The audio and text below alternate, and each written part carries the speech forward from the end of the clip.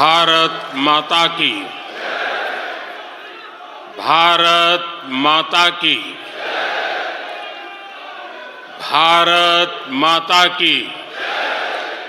जो उत्साही साथी हैं उनसे मेरी प्रार्थना है, अगर आप बैठेंगे तो अच्छा होगा।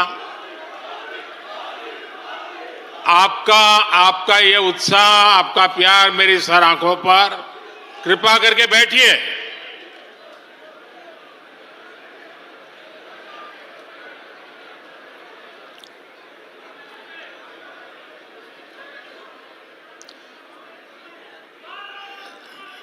थोड़ी जगह कम पड़ रही है, मेरी सबसे प्रार्थना है, भले नीचे बैठना पड़े लेकिन अगर आप बैठेंगे तो अच्छा होगा।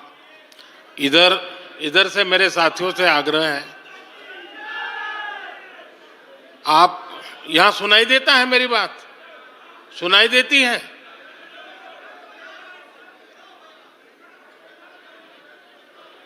जरा प्रबंधक उस तरफ देखे भाई, जगह नहीं है तो कृपा करके आप कहीं पर भी नीचे बैठ जाइए।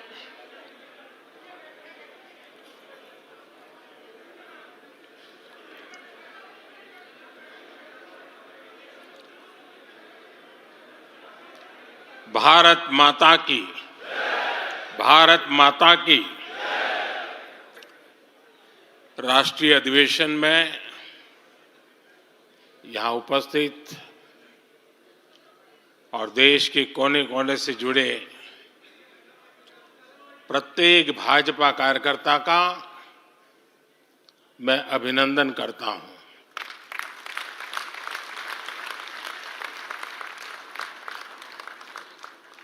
भाजपा का कार्यकर्ता साल के हर दिन 24 घंटे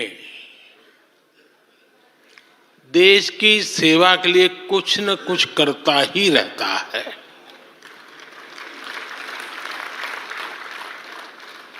लेकिन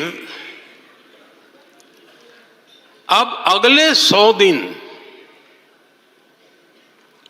नई ऊर्जा, नया उमंग, नया उत्साह, नया विश्वास, नए जोश के साथ काम करने का है। आज 18 फरवरी है और इस कालखंड में जो युवा 18 वर्ष के पड़ाव पर पहुंचे हैं वो देश की 18वीं लोकसभा का चुनाव करने वाले हैं।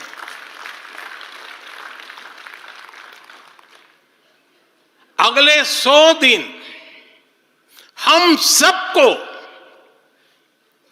जुट जाना है, हर नए वोटर तक पहुंचना है, हर लाभार्थी तक पहुंचना है, हर वर्ग, हर समाज, हर पंथ, परंपरा, सब लोगों के पास पहुंचना है। हमें सबका विश्वास हासिल करना है। और जब सबका प्रयास होगा तो देश की सेवा के लिए सबसे ज्यादा सीटें भी बीजेपी को ही मिलेगी।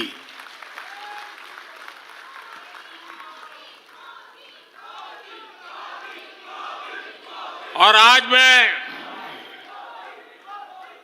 कल मुझे पदाधिकारियों के साथ बैठने का अवसर मिला, कल दोपहर के से आप सबके साथ बैठने का अवसर मिला। मैं नड्डा जी को और उनकी पूरी टीम को और आप सबको बधाई देता हूं। जब मैं पदाधिकारियों की बैठक में साल भर के काम का रिपोर्टिंग सुन रहा था, मैं सचमुच में इतना प्रभावित हुआ कि भाजपा के कार्यकर्ता सत्ता में रहने के बावजूद भी समाज के लिए इतना करते हैं, दिन रात दौड़ते हैं, संकटों के बीच भी करते हैं, और सिर्फ भारत मां की जय के लिए करते हैं। ये 2 दिन भी जो चर्चा हुआ, विचार विमर्श हुआ है,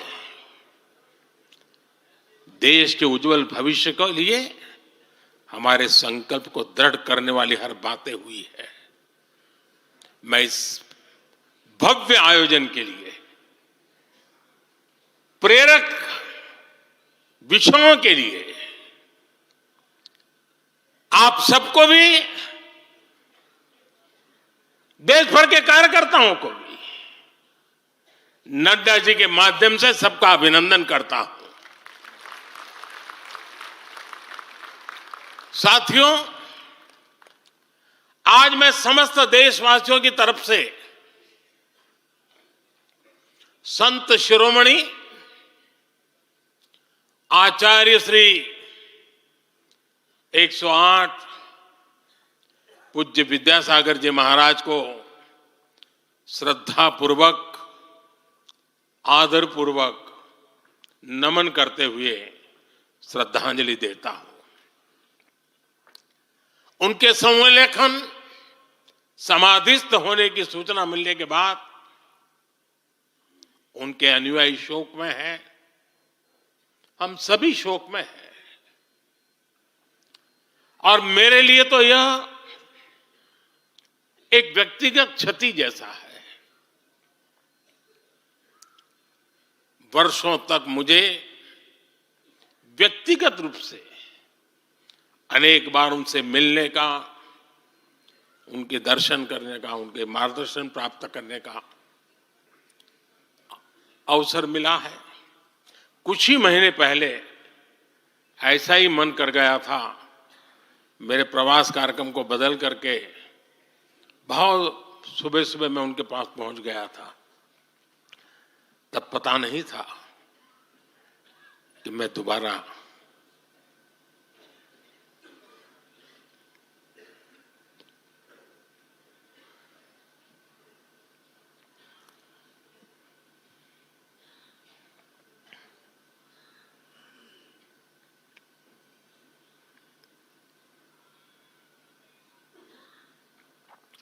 उनके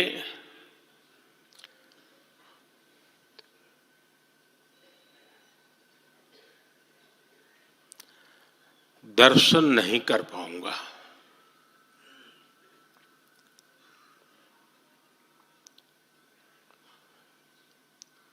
ये मेरा सौभाग्य रहा है कि पिछले 50 से भी ज्यादा वर्षों से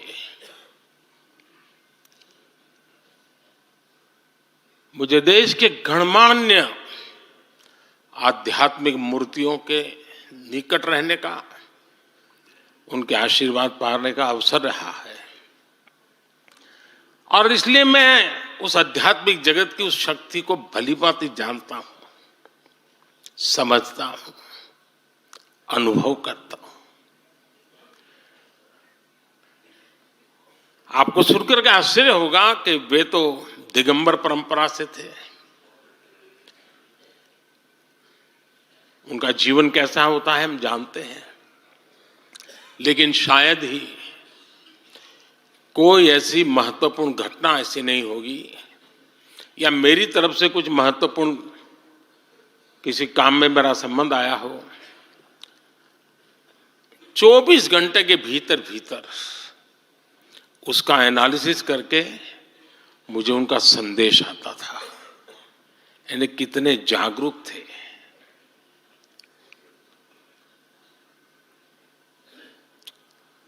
और अपनी विराट आध्यात्मिक यात्रा, और उसके बाद भी वो हम सबको हमेशा प्रेरणा देते रहे हैं। जीवन भर उतनी सौम्यता के साथ उनका लोगों को मिलना, उन्होंने हमारे युवाओं को परंपराओं से जोड़ा, गरीबों तक शिक्षा और स्वास्थ्य की सुविधाएं पहुंचाई। उनका पूरा जीवन उस व्यक्ति के लिए प्रेरणा जैसा है जिसने गरीबों और वंचितों के लिए काम करने का संकल्प लिया है। आज जब भारत प्रगति के पथ पर आगे बढ़ रहा है, मुझे विश्वास है कि उनके सिद्धांत और उनका आशीर्वाद ऐसे ही भारत भूमि को प्रेरणा देता रहेंगे। साथियों, पिछले 10 वर्षों में भारत ने जो गति हासिल की है, बड़े लक्ष्यों को प्राप्त करने का जो हौसला पाया है, यह अभूतपूर्व है साथियों। और इसलिए नहीं कि मैं कह रहा हूं, दुनिया गाजे बाजे के साथ बोल रही है। भारत ने आज हर क्षेत्र में जो ऊंचाई हासिल की है, उसने हर देशवासी को एक बड़े संकल्प के साथ जोड़ दिया है। और यह संकल्प है विकसित भारत का। अब देश न छोटे सपने देख सकता है और देश न अब छोटे संकल्प ले सकता है। सपने भी विराट होंगे, संकल्प भी विराट होंगे। और ये हमारा सपना भी है, हम सबका संकल्प भी है कि हमें भारत को विकसित बनाना है। और इसमें अगले 5 वर्षों की बहुत बड़ी भूमिका होने जा रही है। अगले 5 साल में भारत को पहले से भी कई गुना तेजी से काम करना है। अगले 5 साल में हमें विकसित भारत की तरफ एक लंबी छलांग लगानी है। लेकिन भाई और बहनों, सारे लक्ष्यों की प्राप्ति के लिए पहली शर्त है सरकार में भाजपा की जोरदार वापसी।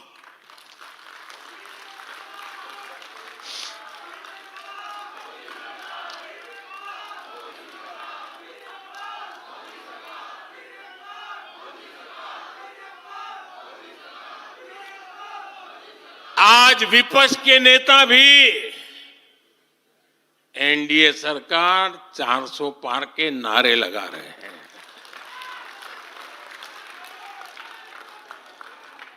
और एनडीए को 400 पार कराने के लिए भाजपा को 370 का माइलस्टोन पार करना ही होगा।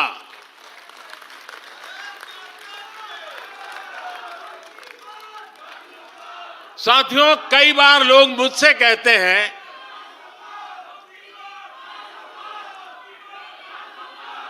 मुझे कहते रहते कि अरे मोदी जी, आपने इतना तो सब कुछ क्या कर लिया, जो बड़े बड़े संकल्प आपने लिए वो तो पूरे कर लिए, अब क्यों इतनी भागदौड़ करनी। साथियों, पूरा देश मानता है 10 साल का बेदाग कार्यकाल और 25 करोड़ लोगों को गरीबी से बाहर निकालना ये सामान्य उपलब्धि नहीं है। पूरा देश मानता है हमने देश को महाघोटालों और आतंकी हमलों के खौफ से मुक्ति दिलाई है। पूरा देश मानता है हमने गरीब और मिडिल क्लास का जीवन बेहतर करने का प्रयास किया है। लेकिन जो लोग सोचते हैं कि अब बहुत हो गया, ऐसा सोचने वालों को मैं एक पुरानी घटना जरूर बताना चाहूंगा। एक बार एक बहुत बड़े नेता मुझे मिले, मेरे प्रधानमंत्री पद के दूसरे कार्यकाल पे। बोले, मोदी जी, प्रधानमंत्री बनना बहुत बड़ी बात है, आप बन गए। आपने इतने दशकों के संगठन का भी काम कर लिया, मुख्यमंत्री के रूप में भी इतना लंबा समय रह चुके, प्रधानमंत्री में भी दोबारा आ गए। अब इतना काम पा लिया है, अब तो थोड़ा बैठो, आराम करो, बहुत कर लिया। ये उन्होंने मुझे कहा था। उनकी वो भावना राजनीति के पुराने अनुभवों से थी। लेकिन साथियों, हम राजनीति के लिए नहीं, राष्ट्र नीति के लिए निकले हैं। हम तो छत्रपति शिवाजी महाराज को मानने वाले लोग हैं। जब छत्रपति शिवाजी महाराज का राज्याभिषेक हुआ तो उन्होंने ये नहीं किया कि अब तो छत्रपति बन गए, सत्ता मिल गई तो चलो उसका आनंद लो। उन्होंने अपना मिशन जारी रखा। ऐसे ही उनसे प्रेरणा लेकर के मैं अपने सुख वैभव के लिए जीने वाला व्यक्ति नहीं हूं। मैं बीजेपी सरकार का तीसरा टर्म सत्ता भोग के लिए नहीं मांग रहा हूं। मैं राष्ट्र का संकल्प लेकर निकला हुआ व्यक्ति हूं। अगर मैं अपने घर की ही चिंता करता तो आज करोड़ों गरीबों के घर नहीं बना पाता। मैं देश के करोड़ों बच्चों के भविष्य के लिए जीता हूं, जागता हूं, जूझता रहता हूं।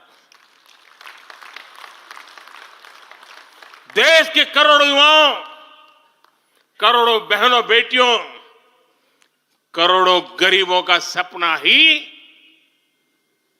मोदी का संकल्प है।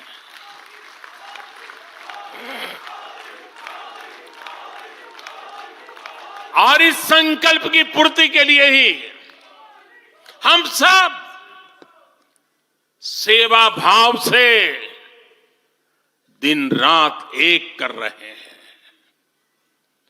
10 वर्षों में हमने जो हासिल किया, साथियों, वो तो एक पड़ाव मात्र है।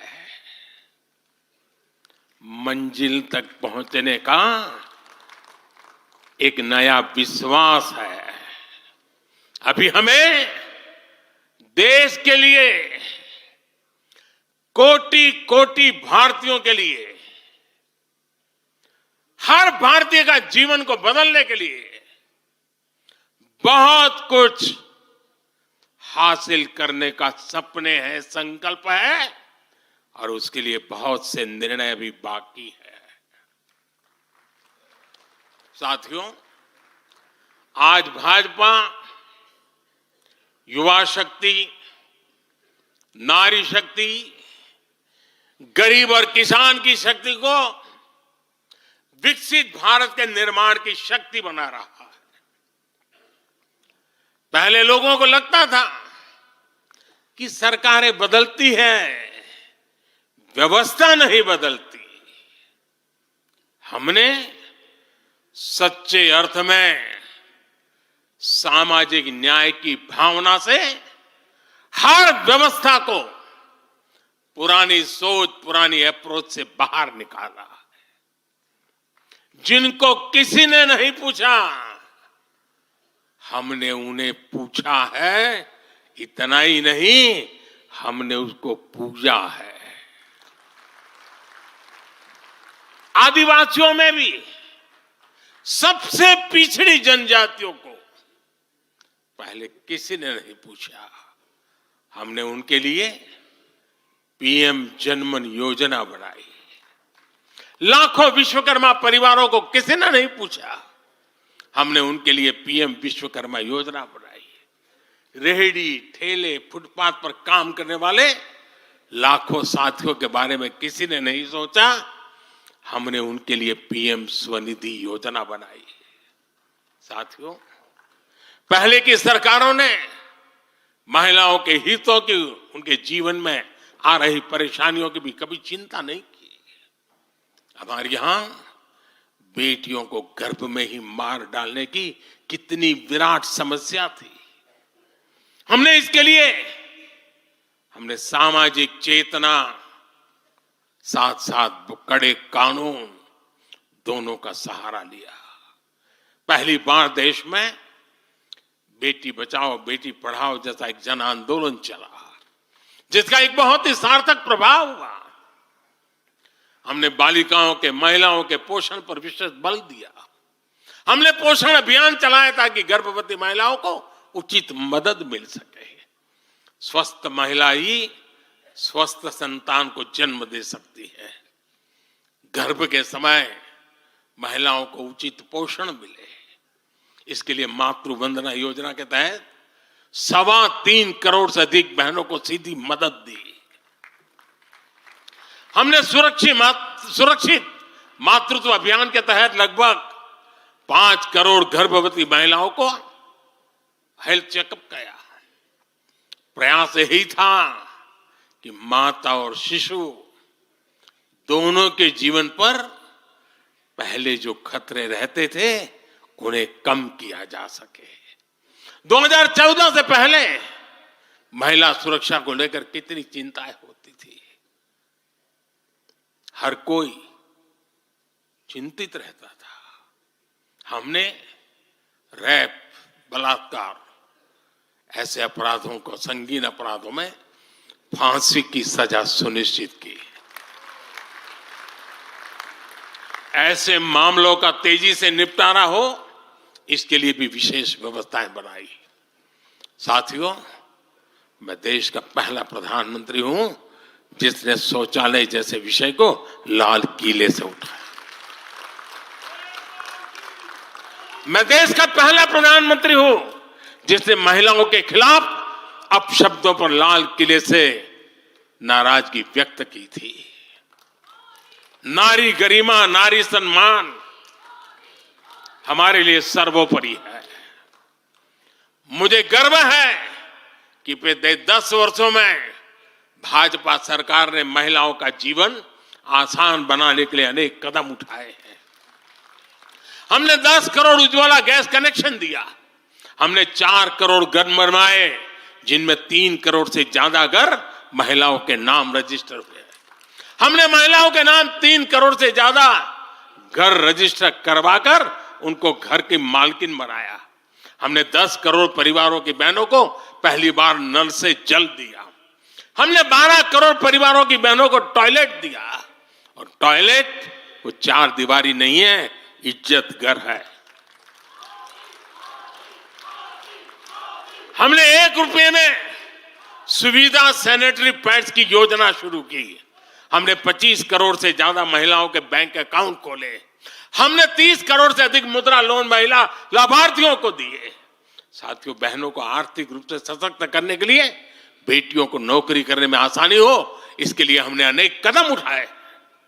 हमने सेल्फ हेल्प ग्रुप से 10 करोड़ बहनों को जोड़ा। हमने 1 करोड़ बहनों को लखपति दीदी बनाया। खादी को जो फिर से नया जीवन मिला है, उसका फायदा भी सबसे अधिक गांव की बहनों को ही हुआ है।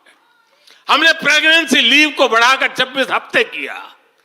पहले फैक्ट्रियों में या दूसरी जगहों पर महिलाओं को नाइट शिफ्ट में काम करने के लिए अनेक अड़चने थी।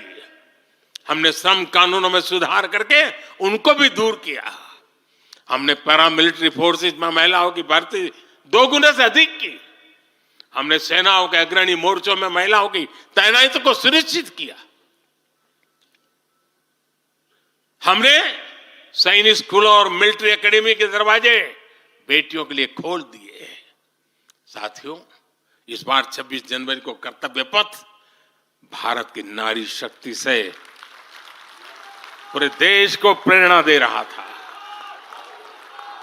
साथियों, आने वाले समय में हमारी माताओं, बहनों, बेटियों के लिए अवसर ही अवसर आने वाले हैं। मिशन शक्ति से देश में नारी शक्ति की सुरक्षा और सशक्तिकरण का संपूर्ण इकोसिस्टम बनेगा। अब 15,000 महिला सेल्फ हेल्प ग्रुप को ड्रोन मिलेंगे। ड्रोन दीदी खेती में वैज्ञानिकता और आधुनिकता लाएगी। अब देश में 3 करोड़ महिलाएं लखपति दीदी बनाई जाएगी। पीएम विश्वकर्मा योजना से परंपरागत कला और शिल्प से जुड़ी बहनें सशक्त होगी। नई नेशनल एजुकेशन पॉलिसी से बेटियों को शिक्षा और स्किल के मामले में सबसे अधिक फायदा होगा। गांव के पास ही बेहतर स्पोर्ट्स इंफ्रास्ट्रक्चर बने, बेटियां हमारी स्पोर्ट्स में कमाल करेगी। साथियों, आज जब मैं बीते 10 वर्षों की तरफ नजर डालता हूं तो कितना ही कुछ याद आता है। ये 10 वर्ष साहसिक फैसलों, दूरगामी निर्णयों के नाम है। जो काम सदियों से लटके थे, हमने उनका समाधान करने का साहस करके दिखाया है। अयोध्या में भव्य राम मंदिर का निर्माण करके हमने 5 सदियों का इंतजार खत्म किया है।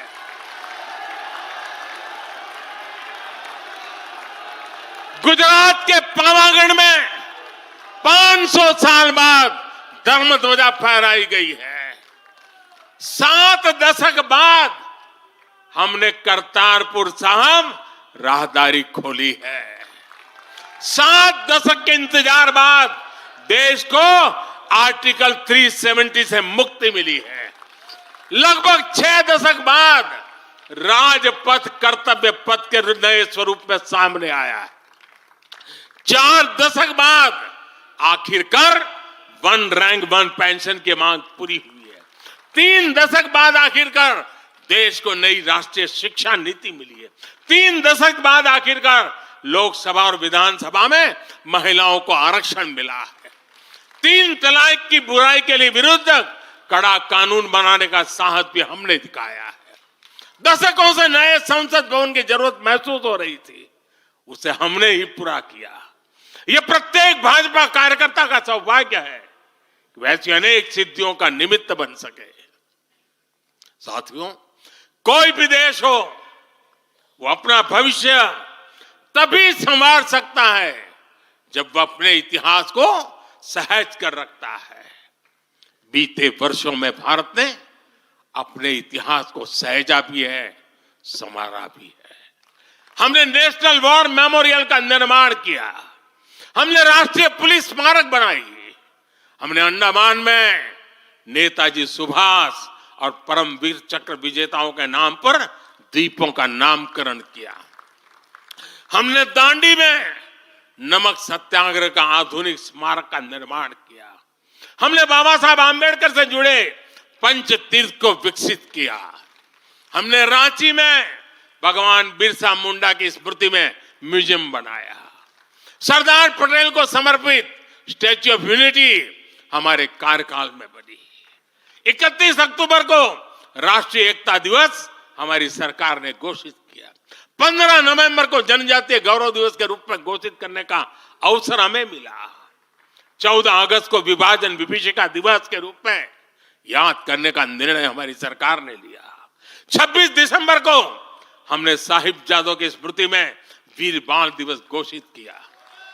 26 नवंबर को संविधान दिवस घोषित करने का फैसला भी हमारी सरकार ने किया और 21 जून को संयुक्त राष्ट्र ने इंटरनेशनल योगा डे भी हमारी ही सरकार के प्रयासों से घोषित किया।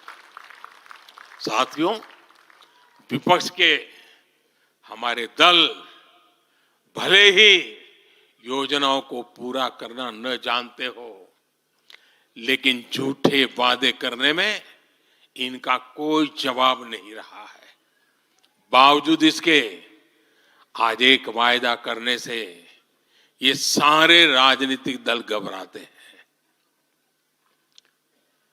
एक भी राजनीतिक दल के मुंह से नहीं सुना होगा आपने।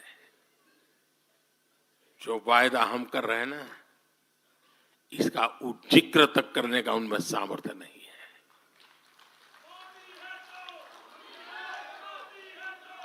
और हमारा वायदा है विकसित भारत का।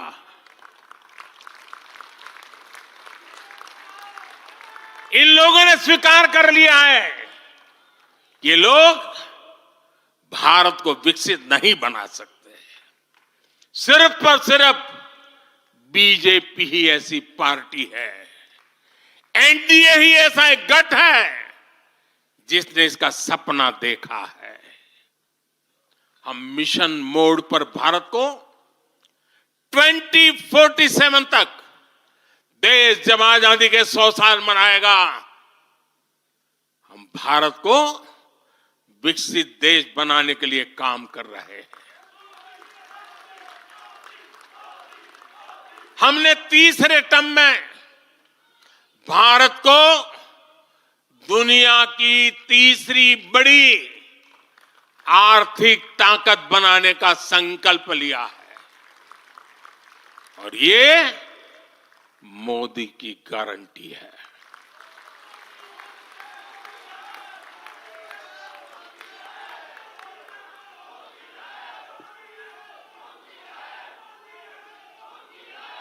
और जब मैं भारत को तीसरी आर्थिक ताकत बनाने की बात करता हूं, तो उसका मतलब भी बहुत गहरा है।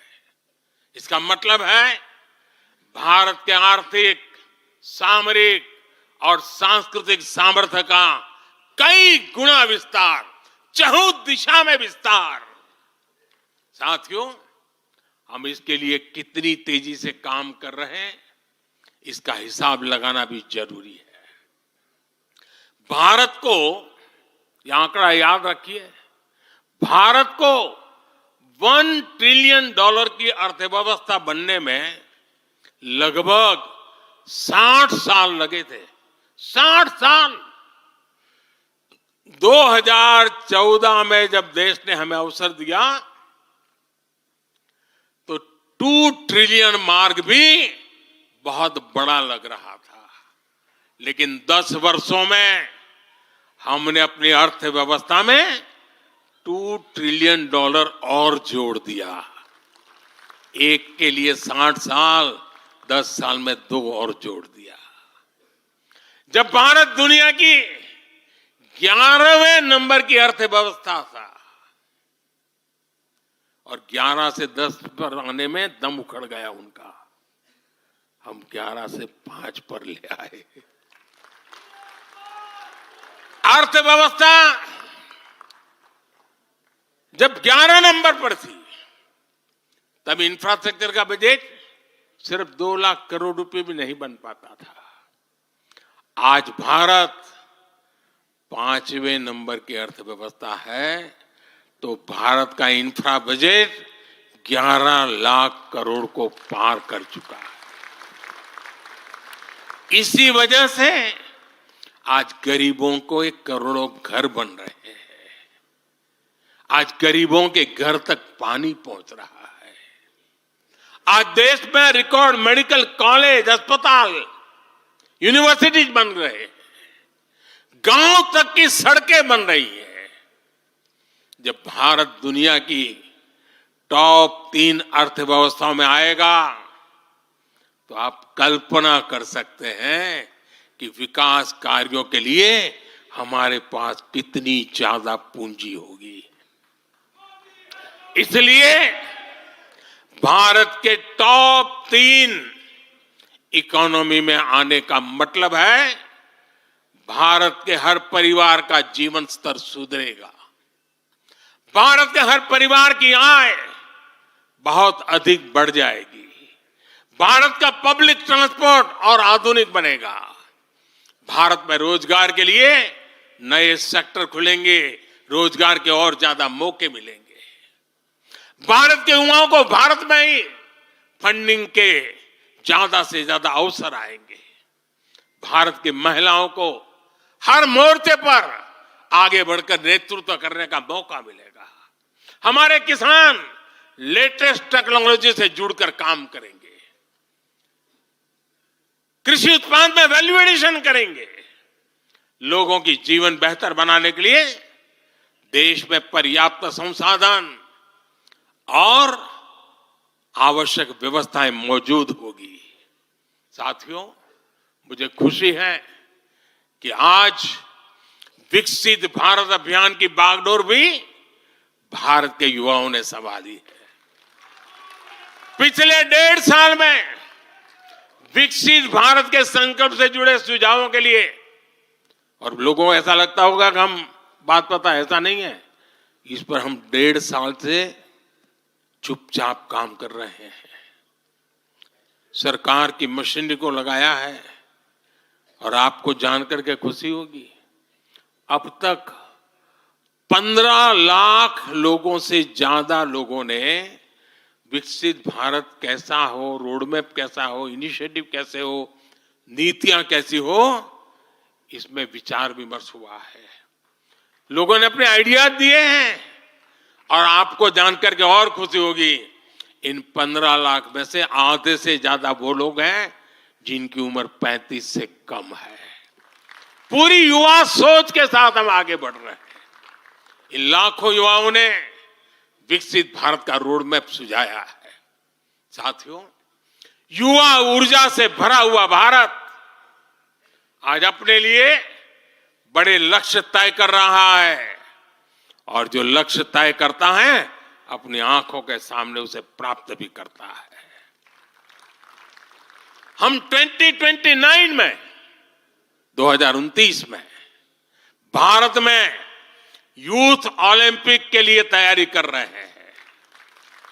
हम 2036 में भारत ओलंपिक खेलों की मेजबानी करें, इसके लिए काम कर रहे हैं। हम 2030 तक हमारी रेलवे को नेट जीरो टारगेट पर ला करके कार्बन मुक्त करने की दिशा में काम कर रहे हैं। हम 2030 के बजाय अपनी टारगेट डेट से 5 साल पहले ही पेट्रोल में 20% इथेनॉल ब्लेंडिंग का लक्ष्य भी हासिल कर लेंगे। भारत 2070 तक नेट जीरो के लक्ष्य को हासिल करने के लिए भी नीतियां बना रहा है। इसका अर्थ है कि आने वाले समय में हमारे देश में अनगिनत ग्रीन जॉब्स बनेगी। साथियों, विकसित भारत वो नहीं होगा जिसका भविष्य भाग्य के भरोसे हो। इसलिए दूसरे देशों पर भारत की निर्भरता को हम तेजी से कम कर रहे हैं। इसलिए हम देश के लिए बड़े लक्ष्य बना रहे हैं और उनके लिए योजनाबद्ध तरीके से काम भी कर रहे हैं। भविष्य में हम एक ऐसा भारत देखेंगे जिससे लाखों करोड़ रुपए का खाद्य तेल बाहर से लाने की जरूरत नहीं होगी। हमारे पाम ऑयल मिशन की मदद से हमारे किसान इतने सशक्त हो जाएंगे कि वो देश के पैसों की बचत कर सके। बीते कुछ वर्षों में दलहन, तिलहन और श्री अन्न के लिए विशेष नीतियां बनाई है, जिससे छोटे छोटे किसानों को मदद हो रही है। भविष्य में भी हमारे किसानों को इनसे और लाभ मिलेगा। किसानों के भविष्य को सुरक्षित करने के लिए हमने देश के कोने कोने में अमृत सरोवर अभियान भी शुरू किया। आजादी का अमृत महोत्सव, हम बहुत कुछ कर सकते थे। हम दिल्ली के अंदर कोई एक बड़ा ताबूत खड़ा कर दे के नाम लिखवा सकते थे कि आजादी के अमृत काल में मोदी जी ये बना के गए। हमने आजादी के अमृत वर्ष को जन आंदोलन बनाया और काम क्या किया? तालाब बनाए। हर गांव में जब तालाब बनते हैं ना, वो किसान को सुरक्षित करते हैं, शुद्ध पानी की गारंटी देते हैं, जमीन उर्वरक बना देते हैं। लंबे भविष्य को सोच करके ऐसे काम हम करते हैं।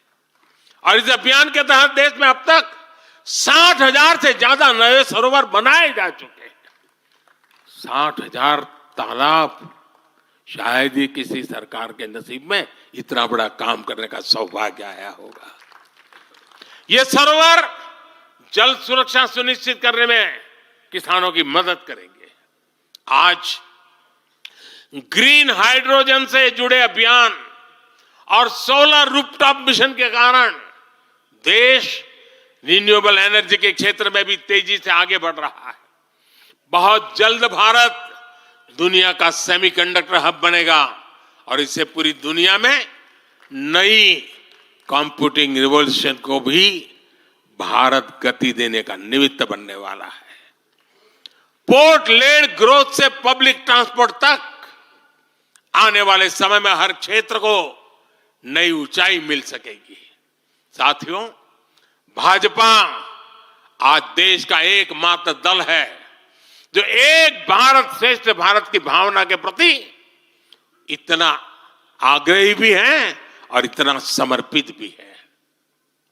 मैं पिछले महीने के अपने अनुभवों को भी कभी भूल नहीं सकता। इस दौरान मुझे भगवान श्री राम से जुड़े कई स्थानों में भ्रमण करने का अवसर मिला। मेरा 11 दिन का अनुष्ठान चल रहा था। उस अनुष्ठान के दरमियान मैं नासिक, लेपाक्षी, त्रिप्रयार, श्रीरंगम, रामेश्वरम, धनुषकोडी, मैं इन जगहों पर एक सामान्य साधक के तौर पर गया था। इस दौरान मुझे दक्षिण भारत के विभिन्न क्षेत्रों में लोगों से जो स्नेह मिला, आशीर्वाद मिले, मैं उसका शब्दों में बयान नहीं कर सकता और पॉलिटिकल पंडितों के पैरामीटर में कभी आ भी नहीं सकता है जी। जब मैं सड़कों से गुजर रहा था, लोग अपने वचन से, अपने भावों से मुझ पर अपना आशीर्वाद बरसा रहे थे। इस दौरान मुझे कंब रामायण का पाठ सुनने का अवसर मिला। ये ठीक उसी जगह पर हुआ जहां महान कवि कंबन ने 800 वर्ष पहले अपने रामायण की रचना की थी। आप कल्पना कर सकते हैं उसी स्थान पर बैठ करके जब मैं कंब रामायण सुन रहा था, उस भाव विश्व को मैं ही अनुभव कर सकता हूं। एक ऐसा अद्भुत क्षण था जिसमें एक भारत श्रेष्ठ भारत की भावना पूरी तरह समाहित थी। मुझे विश्वास है कि आप सभी ने भी कम अधिक मात्रा में इसे महसूस किया होगा। हम हमेशा विभिन्न तरीके से देशवासियों को करीब लाने का निरंतर प्रयास करते हैं। एकता के सूत्र में बांधने के लिए हमारी कोशिश रहती है। चाहे संयुक्त राष्ट्र में पहली बार जाकर के कोई तमिल में बोलता है, जगत गुरु बसवेश्वरा का संदेश दूर दूर तक पहुंचाने के लिए हम लेके जाते हैं। काशी तमिल संगमम का आयोजन हो, काशी तेलुगु संगमम का आयोजन हो, या फिर बीएचयू में सुब्रमण्यम भारती के नाम पर चेयर की स्थापना हो। हम G20 करते हैं तो भी देश के कोने कोने में जाकर के करते हैं। हम विश्व के मेहमान आते हैं तो दिल्ली को ही देश नहीं मानते, हम हर राज्य में लेकर के जाते हैं। हमारे राजभवनों में हर राज्यों के स्थापना दिवस बनाए जाते हैं। कोई भी राज्य भवन होगा, नागालैंड का भी वहां स्थापना दिवस मनाया जाएगा और गुजरात का भी मनाया जाएगा, महाराष्ट्र का भी मनाया जाएगा, गोवा का भी मनाया जाएगा। हर राजभवन में राष्ट्रीय एकता का एक प्रकार से उत्सव बना दिया जाता है। हम अपनी विविधता को सेलिब्रेट करते हैं। एक भारत श्रेष्ठ भारत की भावना हमारे दिल के बहुत करीब है। इसे मजबूत बनाने के लिए हम काम करते हैं। साथियों, एक भारत श्रेष्ठ भारत की भावना हमारी गवर्नेंस में भी दिखाती है। हर क्षेत्र के विकास पर हमारा पूरा फोकस है। नॉर्थ ईस्ट का उदाहरण आपके सामने है। पहले की सरकारों में नॉर्थ ईस्ट को पूरी तरह अनदेखा कर दिया गया, क्योंकि पार्लियामेंट की सीटें कम है, उनका इंटरेस्ट ही नहीं था। हम वोट और सीटों के हिसाब से काम नहीं करते। मेरे लिए तो मेरे देश का हर कोना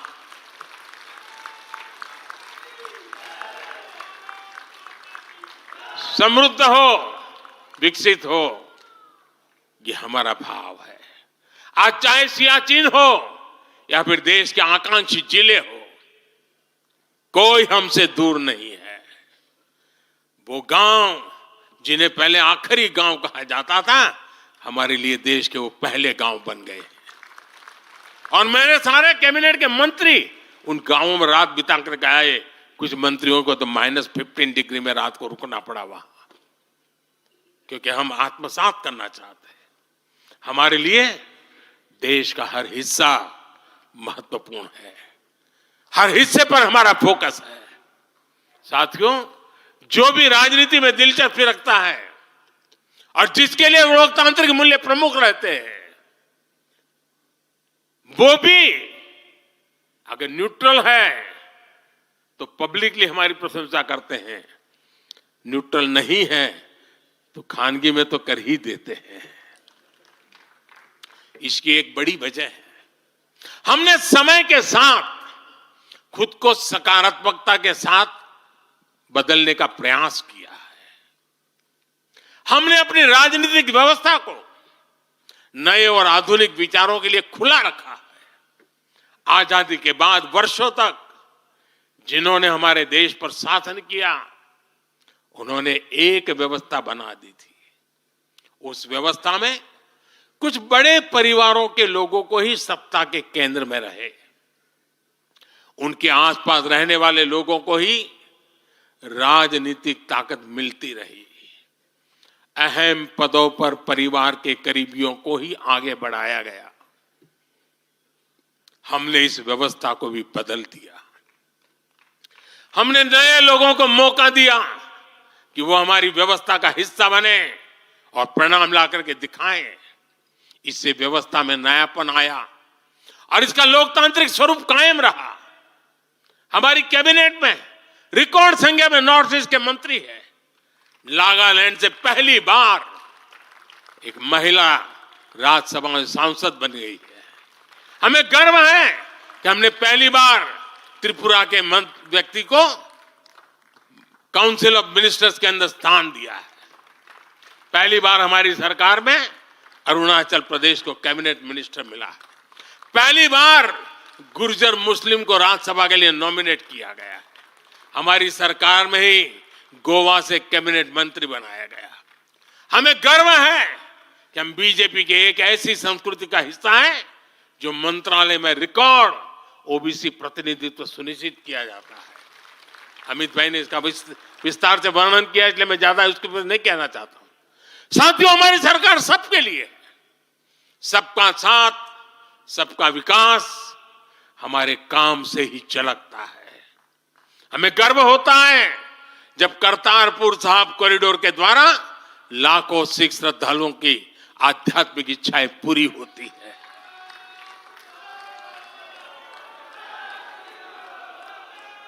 अब कल्पना कीजिए, 70 साल तक भारत की सीमा में रह करके हमारे सिख पंथ के अनुयायी दूरबीन से पाकिस्तान के अंदर करतारपुर साहिब के दर्शन करते थे।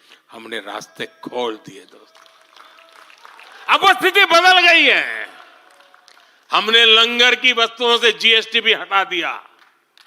हमने स्वर्ण मंदिर के लिए एफसीआर रजिस्ट्रेशन सुनिश्चित किया, जिससे विदेशियों को सेवा करने का अवसर मिला है। पहली बार वीर बाल दिवस मनाकर हमने सत्य और न्याय के लिए बलिदान देने वाले साहसजादों को, शौर्य को सम्मान दिया। आज केरल का बच्चा भी जानता है कि साहबजादे का बलिदान कैसा था। नागालैंड का बच्चा भी जानता है कि साहबजादों ने कितना बड़ा बलिदान दिया था। साथियों, अफगानिस्तान से भी गुरु ग्रंथ साहब के स्वरूपों को पूरे सम्मान के साथ भारत लाए हैं। इसके साथ ही हमारी सरकार ने हज की प्रक्रिया में सुधार करके यात्रा को सुविधाजनक बनाया। आज बिना महरम के हज करना भी संभव हुआ है। इससे महिलाओं के लिए भी हज करना आसान हुआ और हजारों महिलाएं गई। साथियों, 2014 में जब मैंने शपथ ली तो हमारे कई आलोचक कहते थे, मोदी जी एक राज्य के बारे उनका क्या अनुभव है, इतना बड़ा देश, इतनी बड़ी दुनिया, ये मोदी क्या करेगा, कैसे करेगा। ठीक है, गुजरात चलाया होगा, लेकिन वो सब सोचने देख लें, विदेश नीति को लेकर बड़ी बड़ी बातें कही जाती थी। अभी मैं कुछ दिन पहले ही यूएई और कतर से जाकर के आया हूं। तमाम देशों से हमारे रिश्ते कैसे मजबूत हैं, ये आज दुनिया देख रही है। आज पश्चिमी एशिया के देशों से हमारे संबंध अब तक की सबसे मजबूत स्थिति में है। 2015 में जब मैं यूएई गया था पहली बार, आप हैरान हो जाएंगे, मेरे पहले 34 साल तक देश का प्रधानमंत्री वहां नहीं गया था। सोचिए किस तरह हमने उस पूरे क्षेत्र को छोड़ रखा था।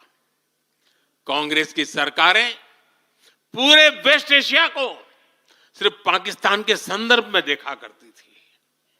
उन्हें भारतीयों की शक्ति और उनके विश्वास पर भरोसा ही नहीं था। लेकिन आज भारत इस क्षेत्र से संबंधों का नया अध्याय लिख रहा है। पहले लोग सोचते थे कि बस तेल का इंपोर्ट कर लेते हैं और यहां से कुछ लेबर भेज देते हैं ताकि उनको रोजी रोटी मिल जाए, लेकिन अब ऐसा नहीं है। आज ट्रेड, टेक्नोलॉजी, टूरिज्म, ऐसे अनेक क्षेत्रों में हमारे संबंध बहुत बेहतर हैं और हम निरंतर विकास कर रहे हैं।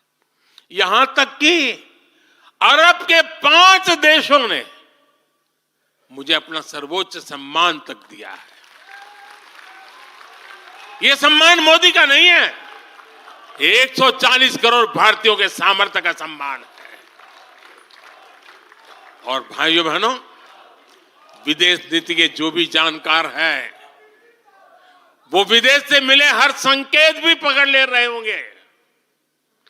आज अलग अलग देशों में सत्ता और विपक्ष के दल ये खुलकर मानते हैं कि भारत के सशक्त होने से पूरी दुनिया का हित होने वाला है। ये पूरी दुनिया मानने लगी है। आज हर महाद्वीप में भारत का सम्मान, भारत की ताकत बढ़ रही है। हर देश भारत से गहरे संबंध बनाने पर जोर दे रहा है। और इन सब के बीच कोई देश हमारी सरकार से बातचीत के लिए, आप जानकर के हैरान होंगे, अभी तो चुनाव बाकी है, लेकिन मेरे पास जुलाई, अगस्त, सितंबर के डेट पड़े हुए निमंत्रण दे करके। इसका अर्थ क्या है?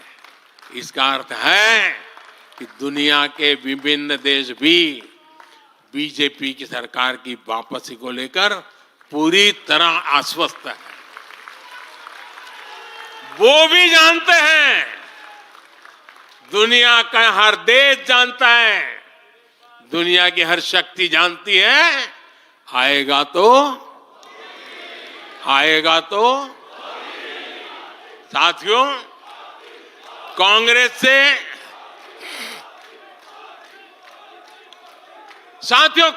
से देश को बचाना, देश के हर नागरिक को बचाना, हमारे बच्चों का, हमारे युवाओं का भविष्य बचाना बीजेपी के प्रत्येक कार्यकर्ता का दायित्व है। कांग्रेस का ट्रैक रिकॉर्ड हम सभी के सामने है।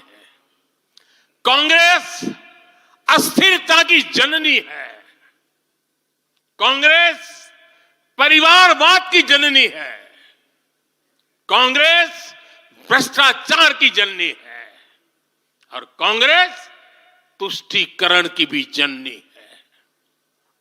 70 के दशक में जब देश में कांग्रेस के विरुद्ध गुस्सा बढ़ना शुरू हुआ तो खुद को बचाने के लिए उसने अस्थिरता का सहारा लिया। हर नेता की सरकार कांग्रेस ने अस्थिर की। आज यहां प्रस्ताव के समय इसकी चर्चा आई है तो मैं ज्यादा उसके लिए कहता नहीं हूं। आज भी ये लोग अस्थिरता पैदा करने के लिए नई नई साजिशें कर रहे हैं। इन लोगों ने मिलकर जो गठबंधन बनाया है उसकी भी यही पहचान है। कांग्रेस के पास विकास का एजेंडा नहीं है, फ्यूचर का रोड मैप नहीं है। ये देश को कभी भाषा के आधार पर तो कभी क्षेत्र के आधार पर बांटने में जुटे हुए हैं। साथियों, कांग्रेस का एक सबसे बड़ा पाप ये रहा है कि वो देश की सेनाओं का मनोबल तोड़ने से भी पीछे नहीं रहे। भारत की राष्ट्रीय सुरक्षा और सामरिक शक्ति को नुकसान पहुंचाने में कांग्रेस ने कोई कसर नहीं छोड़ी है। जब भी देश के रक्षा क्षेत्र में कोई बड़ा काम हुआ, जब हमारी सेनाओं ने कोई उपलब्धि हासिल की, कांग्रेस ने हर बार उन पर सवाल उठाए। आप सिर्फ सोचिए कि 5 साल पहले इन लोगों ने क्या कहा था। इन लोगों ने हर कोशिश की कि हमारी वायुसेना को राफेल जैसे एडवांस एयरक्राफ्ट न मिल पाए। इन्होंने अप्रचार किया कि हिंदुस्तान एरोनॉटिकल लिमिटेड को, HAL को खत्म किया जा रहा है। ये लोग तो HAL के बाहर फोटो तक खींचवाने के लिए चले गए थे। लेकिन देखिए HAL आज कैसे धूमधाम से आगे बढ़ रहा है। आज देखिए कितने सारे ऑर्डर आज उनके यहां बुक किए गए हैं। आप जरा देखिए HAL का मार्केट वैल्यू कितना बढ़ गया है। ये वही लोग हैं जिन्होंने हमारी सेनाओं के सर्जिकल स्ट्राइक करने पर उनके पराक्रम पर सवाल खड़ा कर दिया। जब एयर स्ट्राइक हुई तो उसकी सफलता के प्रमाण मांगे जाने लगे। कांग्रेस भारतीय सेनाओं के अपमान का कोई मौका नहीं छोड़ती। साथियों, कांग्रेस कितनी कंफ्यूज है इसका उदाहरण मैं आपको देना चाहता हूं। कांग्रेस में लड़ाई चल रही है और बड़ी तगड़ी लड़ाई चल रही है, लेकिन मजा यह है कि सिद्धांतों की नहीं चल रही है, योजनाओं को समझ में नहीं चल रही है। लड़ाई क्या चल रही है आपको जानकर के आश्चर्य होगा। क्या लड़ाई है? कांग्रेस में एक वर्ग है जो कहता है कि मोदी से तीखी नफरत करो, मोदी पर व्यक्तिगत आरोप लगाओ, मोदी की छवि खराब करने के लिए हर हथकंडे अपनाओ। एक वर्ग है। कांग्रेस के अंदर एक दूसरा वर्ग भी है जो कांग्रेस की मूल परंपराओं से निकला हुआ है, जो कहता है कि मोदी पर व्यक्तिगत आरोप, नफरत से कांग्रेस को बाहर निकालो, इससे कांग्रेस को और ज्यादा नुकसान होता है। यानी कांग्रेस हमसे सैद्धांतिक मुद्दों पर लड़ाई नहीं लड़ रही है। कांग्रेस इतनी हताश है कि उसमें सैद्धांतिक विरोध, वैचारिक विरोध का साहस भी नहीं बचा। इसलिए गाली गलौज और मोदी पर झूठे आरोप ही उनका एकमात्र एजेंडा बन गया है। साथियों, लाल किले से मैंने कहा था यही समय है, यही समय है, यही समय है। भारत के इतिहास में आज वो समय आ गया है जब हमें अपने देश का भाग्य बदल देना है। और साथियों, मैंने देशवासियों को लाल किले से कहा था और आपको तो कई बार कह चुका हूं। मैंने देशवासियों को कहा था कि अगर आप 10 घंटे काम करेंगे तो मोदी 11 घंटे काम करेगा। अगर आप 12 घंटे काम करेंगे तो मैं 13 घंटे काम करूंगा। अगर आप 14 घंटा काम करेंगे तो मैं 15 घंटे काम करूंगा। मेरे साथियों, देश भर के मेरे कार्यकर्ताओं, देश भर के मेरे देश को उज्जवल भविष्य के लिए आशा लगाकर बैठे हुए लोगों से मैं कहना चाहूंगा, आने वाले 100 दिनों तक बीजेपी के हर कार्यकर्ता को अपने लिए नए लक्ष्य बनाने होंगे, उन्हें प्राप्त करना होगा। बीते वर्षों में भाजपा सरकार की योजनाओं का लाभ करोड़ों लाभार्थियों को मिला है। हमें हर लाभार्थी तक पहुंचना है। और मेरी एक व्यक्तिगत प्रार्थना है, करोगे? जरा हाथ ऊपर करके बताइए, करोगे? करोगे? हर लाभार्थी के पास जाइए, उनको कहना कि प्रधान सेवक नरेंद्र मोदी ने उन्हें प्रणाम कहा है।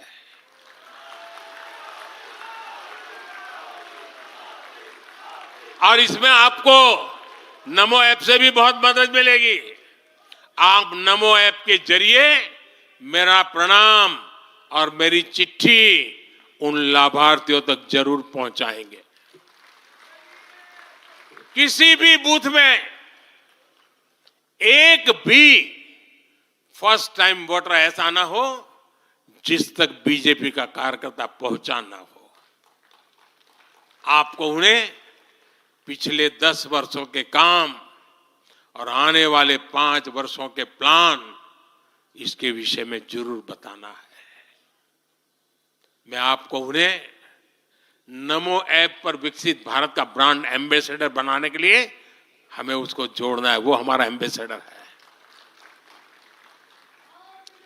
मतदान के दिन इन सभी मतदाताओं को बूथ पर लाकर हमें कमल निशान पर मतदान करवाना है और जहां एनडीए के साथी हो उनके निशान पर मतदान करवाना है।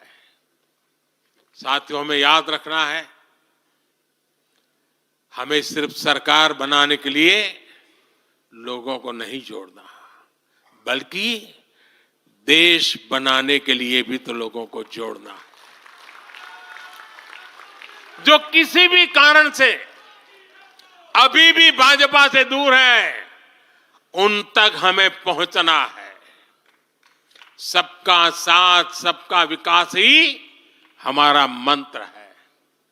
हमारे स्वतंत्रता सेनानियों ने जो सपने देखे थे, अब उन्हें पूरा करने का समय आ गया है। और इसके लिए भाजपा जरूरी है। इसके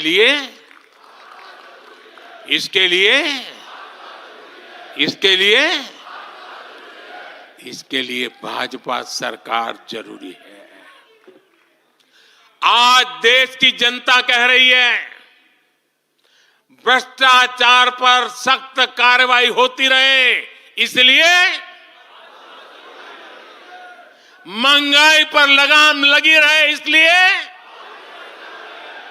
देश के दुश्मनों में डर बना रहे, इसलिए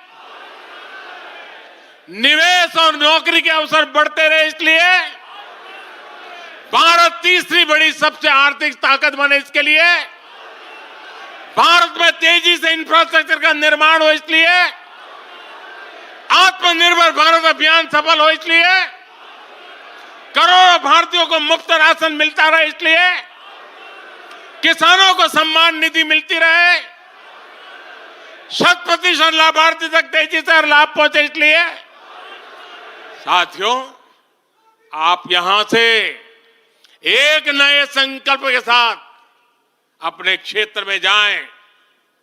अब की बार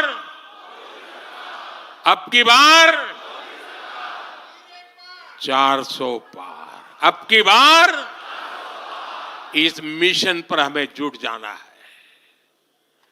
आप सबको मेरी तरफ से अनेक अनेक शुभकामनाएं हैं। मेरे साथ बोले, भारत माता की, भारत माता की, भारत माता की। मैं समझता हूं अभी वंदे मातरम होने वाला है।